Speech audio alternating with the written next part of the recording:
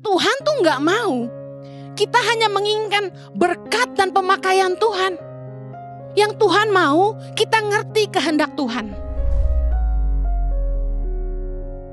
Tuhan nggak mau kita hanya menginginkan berkatnya, pemakaiannya, tapi nggak mau dengar firman-Nya, nggak mau dengar perintahnya dan nggak mau melakukan kehendaknya. Matius 7, 21, 23. Kita baca sama-sama. Bukan setiap orang yang berseru kepadaku, Tuhan, Tuhan, akan masuk ke dalam kerajaan sorga.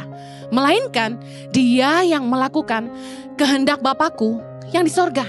Pada hari terakhir, banyak orang akan berseru kepadaku, Tuhan, Tuhan, bukankah kami bernubuat demi namamu dan mengusir setan demi namamu dan mengadakan banyak mujizat demi namamu juga. Ayat 23. Pada waktu itulah aku akan berterus terang kepada mereka dan berkata, aku tidak pernah mengenal kamu, enyahlah daripadaku, kamu sekalian pembuat kejahatan. Coba belajar firman ini.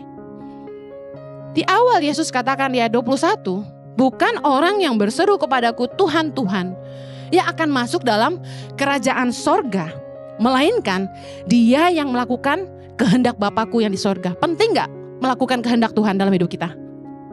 Penting. Ayat 22 bicara soal orang-orang yang kelihatannya dipakai Tuhan, bernubuat, mengusir setan, dan mengadakan banyak mujizat. Apa yang salah dengan ini? Nggak salah. Tapi kita akhirnya mengerti bahwa Tuhan tuh nggak mau kita hanya menginginkan berkat dan pemakaian Tuhan. Yang Tuhan mau kita ngerti kehendak Tuhan. Anda mau nikah sama orang yang hanya mau harta Anda? Yang hanya bisa bermewah-mewah dan menikmati fasilitas yang ada, tapi sementara dia tidak peduli apa yang Anda mau dengan dia? Waktu saya nangkap kenapa suami itu komplain tentang istrinya yang operasi, saya jadi ngerti gini. Sebenarnya bukan operasinya yang dia keberatan, karena mereka punya uang. Yang bikin dia kesal adalah istrinya tidak tanya pendapatnya. Tuhan bukannya tidak suka Anda bernubuat dalam namanya. Anda ngusir setan.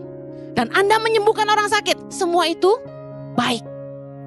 Tapi yang Tuhan tidak suka, kita hanya menginginkan pemakaian Tuhan tanpa mau ngerti isi hati Tuhan.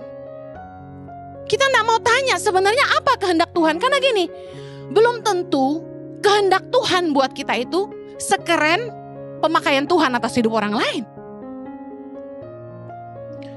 Pelayanan saya bukanlah pelayanan yang menjadi favorit buat hamba-hamba Tuhan. Terhitung jari hamba Tuhan yang mau melakukan apa yang Tangan Pengharapan lakukan buat Indonesia, setuju? Kenapa orang gak suka pelayanan kami? Apa kerennya? Satu kali teman hamba Tuhan bilang gini sama saya, pelayanan Tangan Pengharapan adalah pelayanan buang-buang uang. Wow, kenapa? Kalau kita bernubuat, itu keren disaksikan orang banyak, kita bilang, hai kamu yang baju putih, sebentar lagi Tuhan akan mengirimkan berkat buat hidupmu, bla bla bla bla bla. Keren dilihat orang kan? Wow. Ngantri yang mau didoain udah kayak dukun. Ngusir setan, sakti banget. Menyembuhkan orang sakit, hamba Tuhan terkaya pasti nyembuhin orang sakit. Kenapa orang suka punya 3 pelayanan ini? Karena penggemarnya banyak, followernya terbanyak, namanya paling besar, paling tenar, paling kaya, pasti. Tapi yang buang-buang duit, habis khotbah, bawa duit ke pedalaman, buang duit, gak ada yang mau. Ngapain susah-susah ngurus orang? Anak bukan anak kita katanya. Tapi itu kehendak Tuhan bagi saya. Saya gak bisa milih. Saya dicap pendeta jualan kaos, biarin aja. Mereka kan gak tahu. Tapi Tuhan tahu. Kadang-kadang kita lebih milih berkenan di hadapan manusia daripada berkenan di hadapan Allah. Mari jangan cuma minta berkatnya, pemakaiannya. Tapi coba, apa sih sebenarnya kerinduan Tuhan buat saya gitu.